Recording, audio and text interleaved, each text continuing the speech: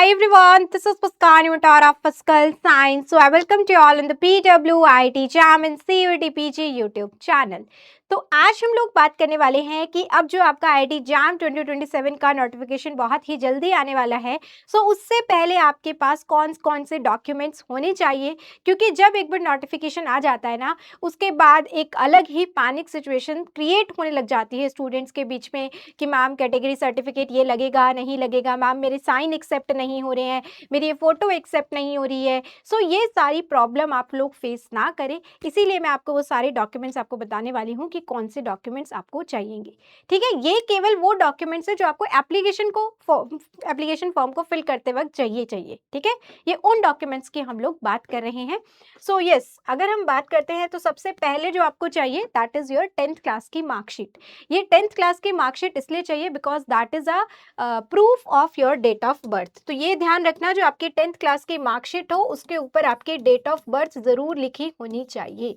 ठीक है, या तो आपके पास मार्कशीट हो या फिर जो 10th क्लास का जो सर्टिफिकेट आता है, राइट, या फिर आपके पास वो होना चाहिए, दोनों में से कोई भी हो, या इवन आपके पास आपका बर्थ सर्टिफिकेट है तो वो भी इसकी जगह आप यूज़ कर सकते हो। बट जैसे 10th क्लास की मार्कशीट लगभग सभी स्टूडेंट्स के पास होती है, तो ध्यान रखिए बस उसमें एक कंडीशन ये है कि उस पर आपकी डेट ऑफ बर्थ ज़रूर मेंशन होनी चाहिए, क्योंकि ये उसी के प्रूफ के लिए हमें चाहिए, राइट। ठीक है, इसके अलावा जो नेक्स्ट आता है और जो सबसे ज़्यादा जिसकी वजह से बहुत सारे स्टूडेंट्स के जो फॉर्म है वो रिजेक्ट भी हो जाते हैं, है ना, उनको बार बार मॉडिफिकेशन करना पड़ता है, और वो है आपकी फ़ोटोग्राफ। और फोटोग्राफ ऐसा नहीं कि भाई बहुत पुरानी अगर आपके पास रखी आप यूज़ कर रहे हो, ट्राई करिए अगर आपने रिसेंट में ही कुछ 1-2 साल में ही अगर क्लिक कराई है तब तो अच्छा है, और अगर आपके पास काफ़ी पुरानी फ़ोटोज़ हैं तो कुछ फ़ोटोज़ आप क्लिक करा लीजिए, राइट। सो उसमें बहुत इंपॉर्टेंट है, आपको एक क्राइटेरिया को फॉलो करना है कि आपके जो फ़ोटो है वो बहुत ही क्लियर होनी चाहिए और पासपोर्ट साइज़ फ़ोटो ही होनी चाहिए। ऐसा नहीं है कि किसी में आपने कोई स्पेक्स लगाया है या बहुत ही छोटा साइज़ ले लिया है फ़ोटो का, राइट, या आपके फेस पे देखो कितना अंधेरा आया हुआ है, ऐसा नहीं होना चाहिए, राइट। अब इवन इन्होंने स्पेक्स भी लगाए हैं तो स्पेक्स में ग्लेयर आ रहा है, राइट, तो ऐसी भी चीज़ें नहीं होनी चाहिए, आपकी फेस जो है उसमें क्लियरली विजिबल होना चाहिए, राइट। जैसे अब इन्होंने यहाँ पर मास्क लगाया हुआ है, फेस साइड में देख रहे हैं, बैकग्राउंड भी क्लियर होना चाहिए, ऐसा नहीं कि कहीं पर भी आपने फोटो ले ली है, राइट। तो ये बहुत ज़रूरी है। और इसके साथ साथ जब आप फॉर्म फिल करने जाओगे तो उसमें एक डायमेंशन भी लिखा होगा कि इतने ही डायमेंशन की होनी चाहिए, तो उस डायमेंशन को भी आपको फॉलो करना होगा, राइट। तो बस इस बात का आपको ध्यान रखना है। जैसे इन्होंने कैप पहनी हुई है, ये अलाउ नहीं होगा। पासपोर्ट में ऐसा नहीं है कि आप अपनी पूरी फोटो लगा दे रहे हो, वो भी वैलिड नहीं है। तो ये जो आप यहाँ पर 2 फोटोज देख रहे हो, this is the correct format, ऐसी आपकी फोटोज होनी चाहिए। ठीक है, तो ट्राई करिए अगर आप विदाउट स्पेक्स ले लें तो सबसे ज्यादा बेस्ट रहेगा। ठीक है, ओके। तो अब नेक्स्ट बात करते हैं, जैसे देखो इनके चेहरे पे भी बहुत ही ब्लरी फोटो आई है, ये ब्लैक एंड व्हाइट फोटो है, इधर हाफ फेस दिख रहा है, हाफ दिख ही नहीं रहा। सो ऐसी कोई भी फोटो एक्सेप्टेबल नहीं होगी। इसके साथ साथ जो सेकंड मोस्ट इंपॉर्टेंट और जहां अगेन जिसकी वजह से फॉर्म बहुत ज़्यादा स्टूडेंट्स के रिजेक्ट होते हैं, वो होता है आपका साइन। तो ये भी आपको, और ये सारी चीज़ें आपको डिजिटल मतलब इन रिटन फॉर्म में चाहिएगा, तो ये सारी चीज़ें हमें चाहिए, इनका ध्यान रखना है आप लोगों को। जब आप सिग्नेचर आप करोगे, है ना, ये भी आपको ध्यान रखना है, आप इसमें रेड पेन यूज नहीं कर सकते हो, या तो ब्लैक पेन से करने हैं आपको सिग्नेचर या फिर ब्लू पेन से करने हैं। ठीक है, और उसमें ऐसा नहीं होना चाहिए टाइप फॉर्मेट में, जैसे ये दिखा रहा है आपको, है ना, ब्लैक है पर टाइप फॉर्मेट में है, तो ये भी एक्सेप्टेबल नहीं होगा। जो आपको एक रीजन दिया है उसी में आपका जो साइन है वो फिक्स होना चाहिए, ऐसा नहीं है उस बॉक्स से आपका बाहर जा रहा है, जैसे कि आप ये देख सकते हो, इधर देख सकते हो, या बहुत छोटा साइन नहीं होना चाहिए, राइट, मतलब इतना होना चाहिए कि आपका नाम उसमें क्लियरली रीड कर पाए। ठीक है, आपका नाम उसमें क्लियरली रीड कर पाए, और सब कुछ कैपिटल में भी नहीं लिखना है। तो ये भाई ये वो सारे पॉइंट्स है जिसका आप लोगों को ध्यान रखना है।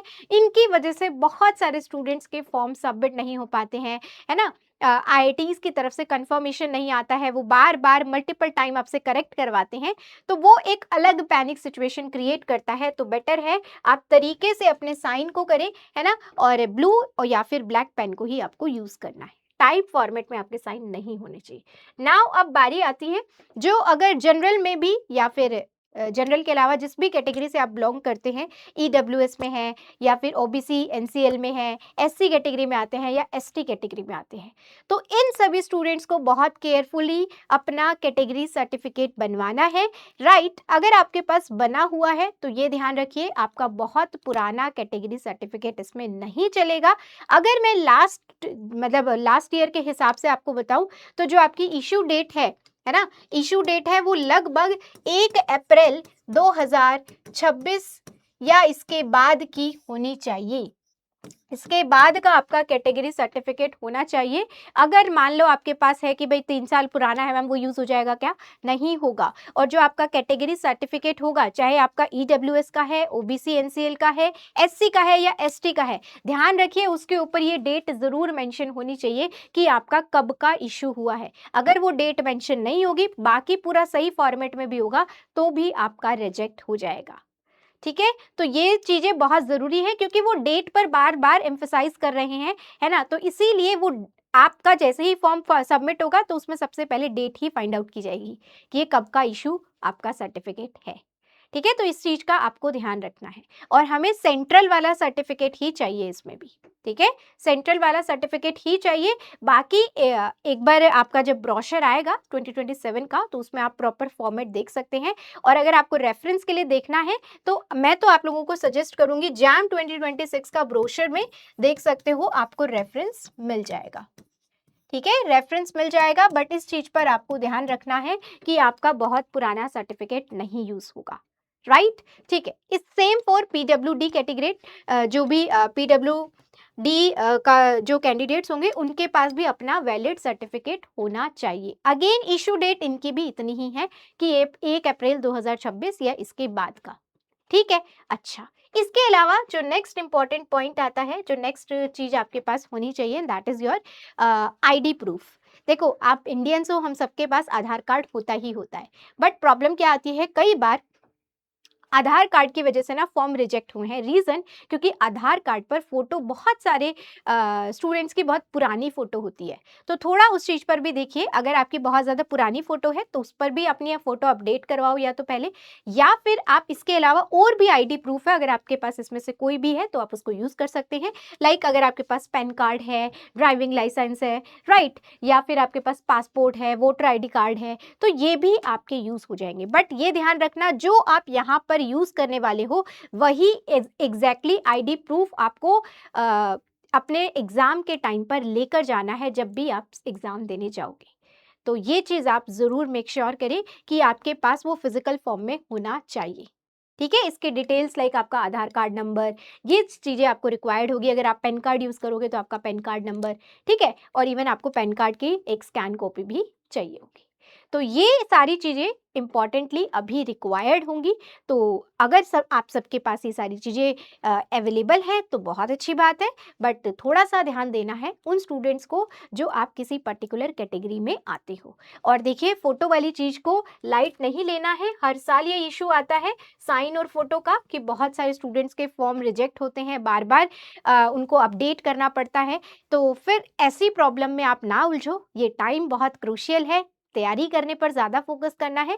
तो ये सारी चीज़ें आपकी बहुत ही स्ट्रीमलाइन रहे, इसके लिए मैंने आपको एक प्रॉपर फॉर्मेट बता दिया है। ठीक है, सो ये सारी चीज़ें भाई जैसे ही आपका एप्लीकेशन फॉर्म आएगा तो आप उनको यूज़ कर पाओगे, इसीलिए इससे पहले ये सारी चीज़ें रेडी रखिए। ओके, सो इसी के साथ मिलते हैं किसी और इम्पॉर्टेंट अपडेट के साथ। तब तक के लिए आप अपनी तैयारी करते रहिए और फिर मिलते हैं नेक्स्ट वीडियो में। Thank you so much, all the very best, take care.